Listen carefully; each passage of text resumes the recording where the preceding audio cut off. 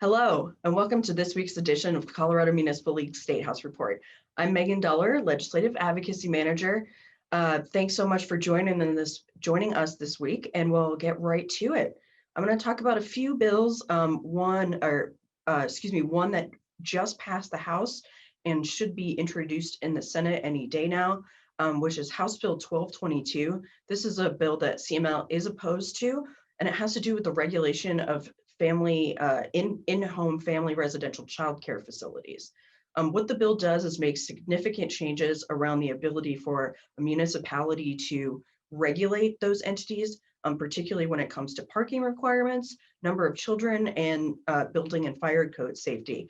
Right now, there are a number of concerns with the legislation. Unfortunately, it does have bipartisan support, so it did pass out of the House with a unanimous vote.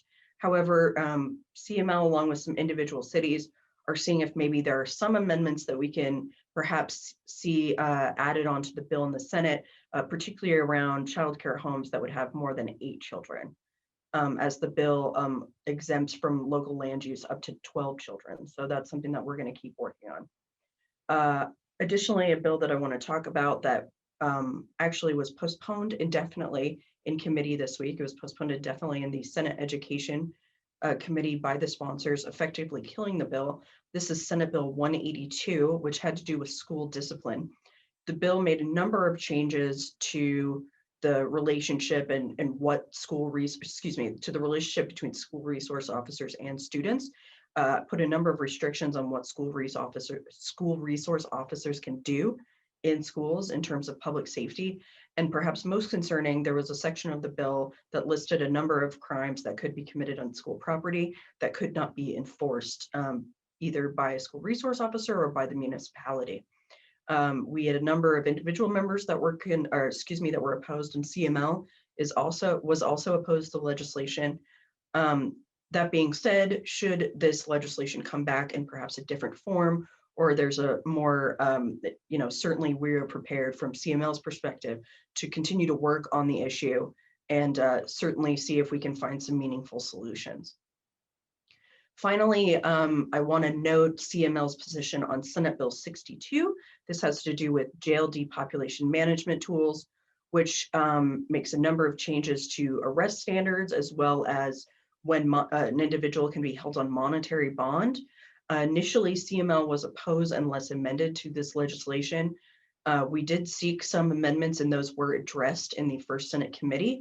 Subsequently, CML did remove our opposition. However, since that occurred, we've had several municipalities, and our membership has made it loud and clear that Senate Bill 62 is a big concern for public safety and for our members, and that CML needs to oppose it. So the CML board did take up that piece of legislation last week and voted nearly unanimously to actually go ahead and outright oppose Senate Bill 62. So CML has let the bill sponsors know that, and we will be opposing that piece of legislation. That really wraps up my report for this week. Why don't I kick it over to the next lobbyist? Hi, everyone. This is Heather Stauffer. This week, I'm going to be talking about 4 bills. The first bill I want to talk about is House Bill 1208, Natural Disaster Mitigation Enterprise.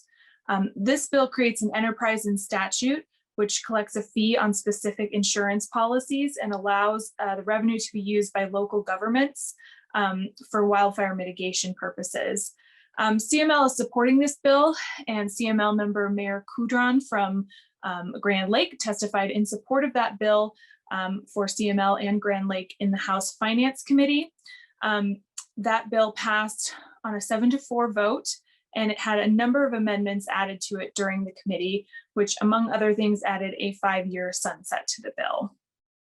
The next 3 bills I want to talk about are all orbital bills that have dropped during the budget this week, and which we will be taking to our policy committee next week for an official position. So I just wanted to highlight a few that I'm following. Senate Bill 221, projects under Wildfire Risk Mitigation Grant Program. The Joint Budget Committee appropriated $7 million to increase the Forest Restoration and Wildfire Risk Mitigation Grant Program in the long bill this session. This bill goes along with that and removes a $1 million limit for the grant share of individual projects to allow for larger projects to be funded by that grant program. It also directs the technical advisory panel to prioritize projects from communities who have implemented measures at the local level to reduce wildfire risks. House Bill 1253, Renewable and Clean Energy Project Grants. This bill transfers $5 million from the general fund to the local government severance tax fund in order to fund grants to local governments for renewable and clean energy infrastructure implementation projects. So we're following that as well. And then finally, House Bill 1260, General Fund Transfer Implement State Water Plan. The bill allocates $20 million from the general fund to the Colorado Conservation Board, Colorado Water Conservation Board, which will go to the Water Plan Implementation Cash Fund to help implement the state water plan, and to the Water Supply Reserve Fund. So that's it for me this week. I hope you have a great week. Hi, everybody. Bill Clarion here, and today I will be providing you updates on 2 bills. The first bill I'll discuss is House Bill 1132, which concerns the Limited Gaming Impact Fund. CML has been working with sponsors on an amendment to be added to the bill that requires DOLA to prioritize the recommendations of an independent and impartial study. This amendment was added in the House Finance Committee and confirmed last Friday on second reading in the House. This bill will be heard in 3rd reading today in the House. CML will continue to educate legislators on the effects of this bill. The next bill I will discuss is Senate Bill 82, which expands the wine festival permit to make it available to beer and spirit manufacturers and certain retail licensees. This bill passed the Senate and is now in the House. Last week, it passed the House Business Affairs and Labor Committee, and CML's amendment that allows municipalities to create a local festival permit was kept on. It will be heard soon in the House Finance Committee, and we will continue to monitor it to ensure that our language stays in. That concludes my updates for this week. Please don't hesitate to reach out if you have any questions on any of the bills I've mentioned. Thank you. Hi, everyone. I'm Megan McKillop, and here is what's going on this week at the Statehouse. Today, CML will testify in support of 2 bills in committee.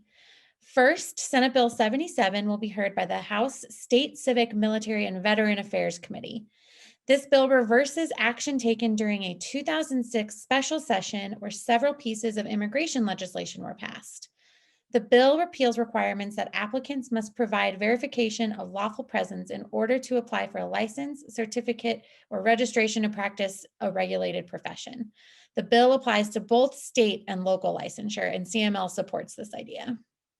Second, CML will testify in support of Senate Bill 180 in the Senate Finance Committee. This is the bill's 2nd hearing in the Senate. The bill creates the Colorado Recycling and Composting Infrastructure Program, which will be used to fund a competitive grant program to help local governments develop and improve recycling and composting infrastructure for food service packaging. Grants can be used by local governments to provide financial assistance to site new or expand existing recycling, recovery, and composting operations, increase in-state material processing capabilities, and create markets for recycled content products. These grants would be funded by a fee on all food service packaging products sold into the state, and producers of these products are incentivized to create products that meet statewide recycling and composting rates that are laid out in the bill. The bill provides direct support to local governments that want to expand recycling, and it would help create new markets for recycled products. While CML believes that increasing recycling rates in our cities is important, it's also imperative that local governments have the ability to manage plastic products on a broader scale as well, which is something that CML is actively advocating for. CML is also testifying in support of 2 measures that are a part of legislative leadership's COVID relief package. Senate Bill 204 is being heard in Senate Local Government on Tuesday, April 13th. And this bill provides funding for the Department of Local Affairs Rural Economic Development Initiative grant program. This program provides direct assistance to rural communities who have experienced an economic downturn due to COVID-19. And House Bill 1263 is being heard by the House Business Affairs and Labor Committee on Thursday, April 15th. And this bill would encourage cities and towns to resume important community events, including music festivals and other events that would attract tourism. The bill would offer rebates for incurred costs of organizing events and for complying with public health orders and requirements issued in response to the COVID-19 outbreak. Both of these bills would help stimulate local economies across the state and help cities and towns recover from a hard 2020. That's it for me. As always, please reach out with any questions. Thank you so much for joining us this week. As always, please contact us with any questions and any concerns that you have on any legislation. We love hearing from you. Have a great day.